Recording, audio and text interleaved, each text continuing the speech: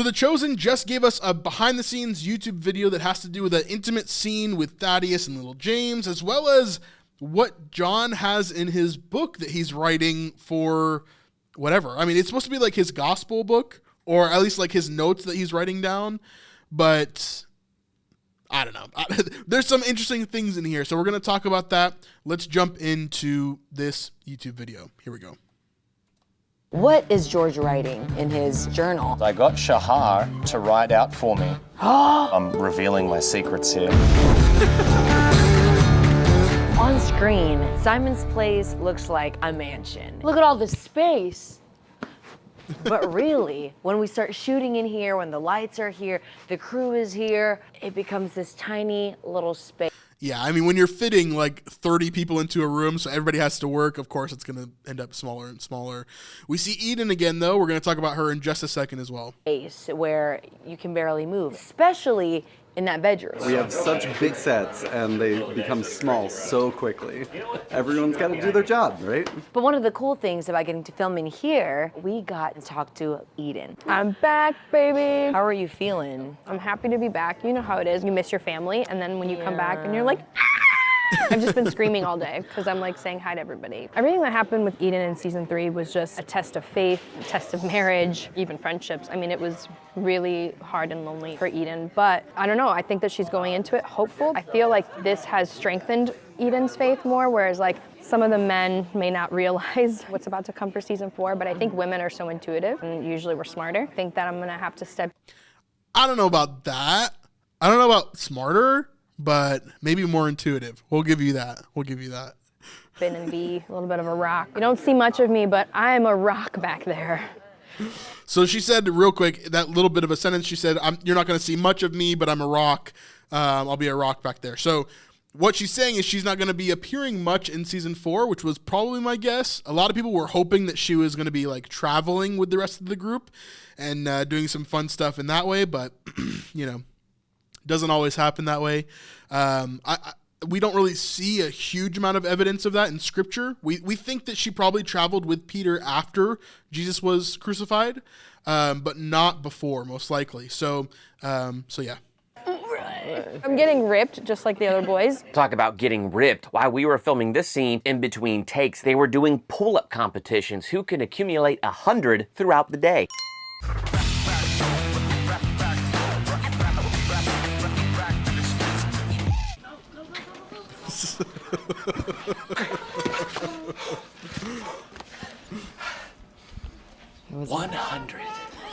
So here we are, filming a nice, heartwarming, sentimental scene. Every time we're about to get going, there's another plane, and I can just hear Adam back there.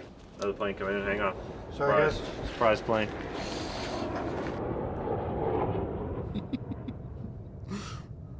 I don't know how actors do it. It's got to be so tough to stay in it, especially when an airplane is going to fly over.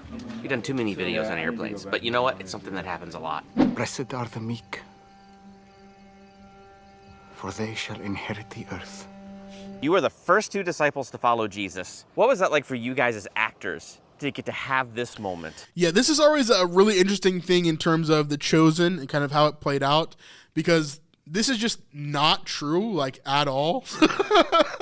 Like, not even remotely true that little James and Thaddeus could have been the first disciples. So when Dallas says, like, oh, we try to keep things plausible, like, it's certainly not true that little James and Thaddeus were the first to follow Jesus.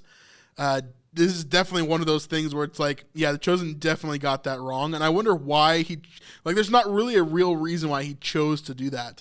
There's also something else that they say here during this interview where they say, we were with Jesus for such a long time before everything else happened.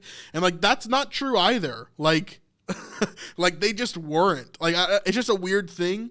One of those weird things in The Chosen that I'm like, I don't see why it has to be in there. Like, it doesn't really make any sense to me.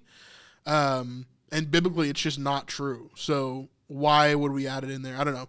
Anyway, let's keep on watching here. Our characters have had plenty of time one-on-one with Jesus off screen, but now this is kind of the first time that you see the two of us interacting with him, the two people that have known him the longest out of everyone in the group. We've talked about being called first, but haven't seen any of it. It's a great kind of like bring it back home to the roots of everything. We haven't had a lot of time with him since the others have joined the group. We're not as needy as some of the other apostles. I'm the most generous. That may be true. Not as needy as some of the other apostles, at least in the chosen, for sure. This explanation, I'd call that love. It was just the three of us for such a long period of time before the group kind of formed into what it is now. So that sentence to me is the one that doesn't really make any sense. We were with Jesus for such a long period of time before the group really formed, but that's just, I mean, it's just not the case. Like, it's just a weird thing. I don't know, just strange. Going back to kind of touch base and see how things are going from all of our perspectives, I think that's going to be really special for everyone to see. Like, comment, subscribe, share with your friends! Hey, real quick, I want to let you guys know something actually crazy. Over half of the people that watch this channel are actually not subscribed. So if you aren't subscribed, go check that for me, and it would really help us out if you could. Thank you so much. So this is Zeb and Salome's house. Filming this scene gave us the opportunity to hang out with George, who plays John, and he shows us what he, the actor, has been writing in his notebook this entire time. Some of the things might give us clues as to what this small scene inside the house is all about. So we've already talked about this scene previously. We've actually gotten some dialogue from this scene in particular. They're talking about the name change in between Simon and Peter, and Salome asks them, well, what are your new names then? And they didn't really answer, and so she's kind of getting frustrated with the situation, saying that they've done more for Jesus' ministry than blah, blah, blah. So we don't really get full context of those kind of words that she's saying there, but the script is pretty interesting as far as what we've seen so far. So yeah. We're about to see the book of Revelation, but according There to is, George. well, it's not, it's the first book of John is Oh my that. God. So this was in the book before he got it. He didn't actually write this portion, but this is the first part of the book of John, which is, in the beginning was the Word, and the Word was with God, and the Word was God. And so, yep, interesting stuff. That's what he got when he first got the book. That's been in there for a long time. Maybe he did write it, but it seems like he didn't, is what he's saying. Like they put that in there beforehand. But then he did write the other things kind of coming in, and they're showing kind of the sketches that he did here as well. Gosh. That's in the beginning. There was the Word, and the Word was God. So that is legit that, and that's always been in here. In the beginning was the Word. I thought I'd actually try and put some stuff in there and maybe think about how would John have written. And there's always this thing, me and Paris talk about this a lot. Matthew is so detailed, but John is so poetic. And I was trying to think, why is it more poetic, from his perspective? And I thought maybe because he doesn't write everything down, because he's maybe sketching some things. Ooh. Again, there's not really a huge biblical reference for this. Yeah, I don't know. No huge thoughts on that for sure. Taking creative license a little bit here. Let's see. So what I got Shahar to write out for me. This is the picture of the day. That's what. So in Hebrew that says this is the picture of the day, and it kind of shows you what that sentence structure looks like. You're going to see that a lot in this because that's mainly what he's written on a lot of these other pages.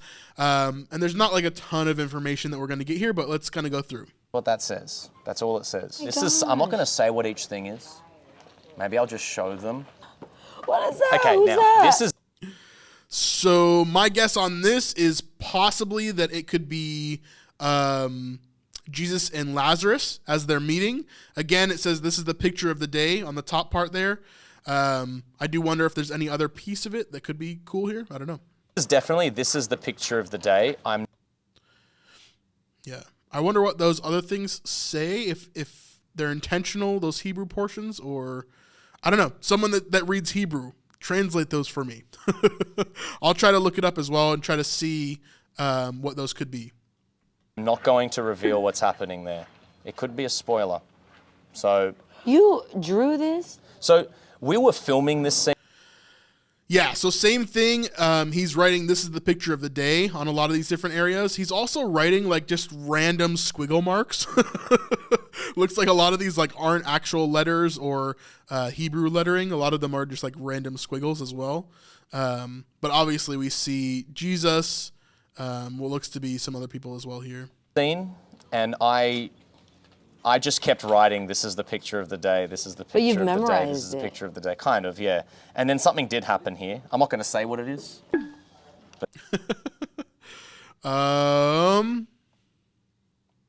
Not sure. But that's that one. Oh wait, isn't that the guy that just has his eyes, or is that the next one? Maybe, I think they're both probably this one. Ooh, that might be a spoiler. I'll just go around them like I've been doing. This is just where we're sitting right now. That says in Greek, Christos. So John's book is written in Greek. The Greeks use word to describe divine reason. My guess is that they probably all would have been fluent in Aramaic, Hebrew, and Greek, would be my guess, because they would have had to know those languages for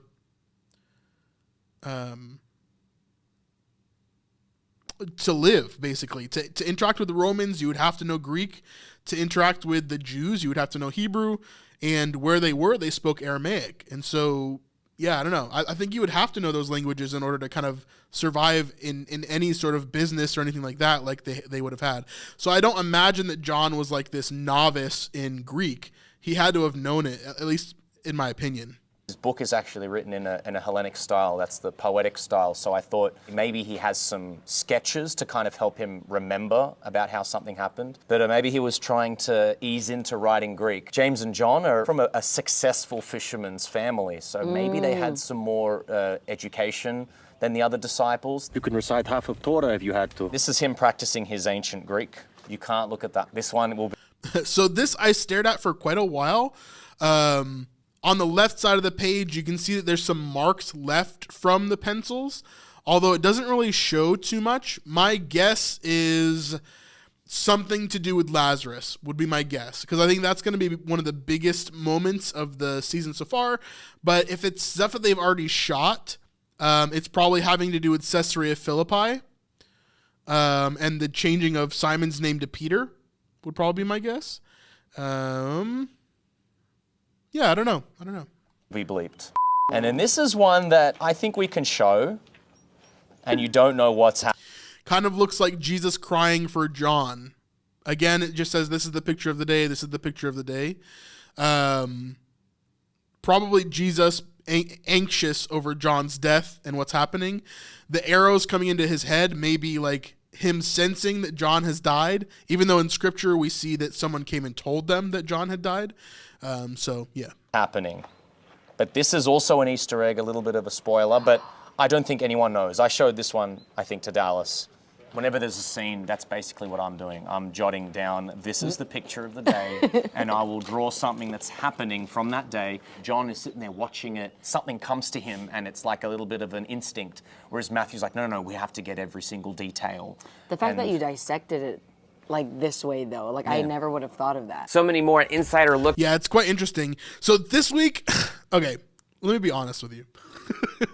I'm pretty disappointed in the behind the scenes so far. I mean, we've seen some cool things, but for the most part, like every behind the scenes has been like 4 or 5 minutes long. Like this one's 6 minutes.